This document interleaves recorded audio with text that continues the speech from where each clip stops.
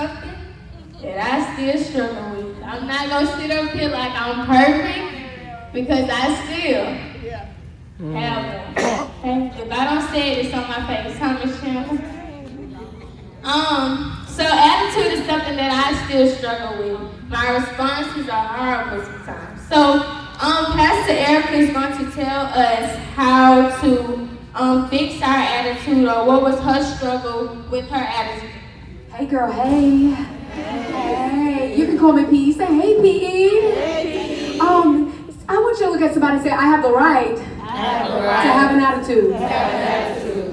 Wait a minute. I have the right to have an attitude. Attitude is okay. It's just the type of attitude that we have. And so, come on, yeah, you can give it up. Yeah.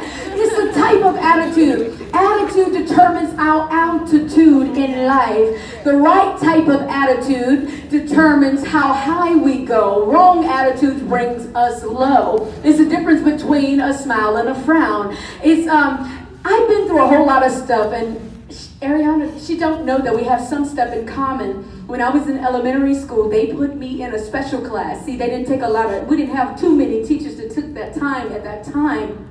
And because I wasn't reading at the same pace as everyone else, but they made me feel like I had a learning disability by putting me in a special class.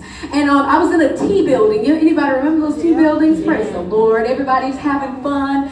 And here I was learning how to color instead of read. So I have a little bit of dyslexia that goes on, and writing is not my good lean. But I sound like I have a PhD. Come on, tell it, Lord. Because I chose to have the right attitude when stupid stuff came my way, I kept going higher and higher and higher. It's about how you see the thing. It's like a glass of water in front of you. Some of you see the glass as half empty, so all day long you say, man, I wish I had more. It's not enough. Or, oh man. Now it goes to self-esteem, because now you're constantly speaking from the attitude of not enough.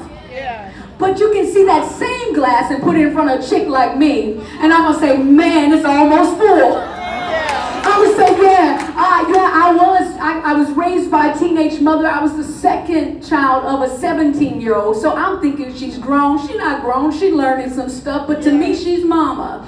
And so that means sometimes when she had a bad day, the bad day became mine. Because if she talked down about herself, I became the next person to be talked down to. My daddy was delivered from alcoholism. Come on, give God some praise. But so I had this teenage mom, and I had this dad who was an alcoholic at the time, and I'm raised by them. On one side, it was hookers and whores, and on the other side, can I say that in here? Okay, and on the other side, it was killers and dealers.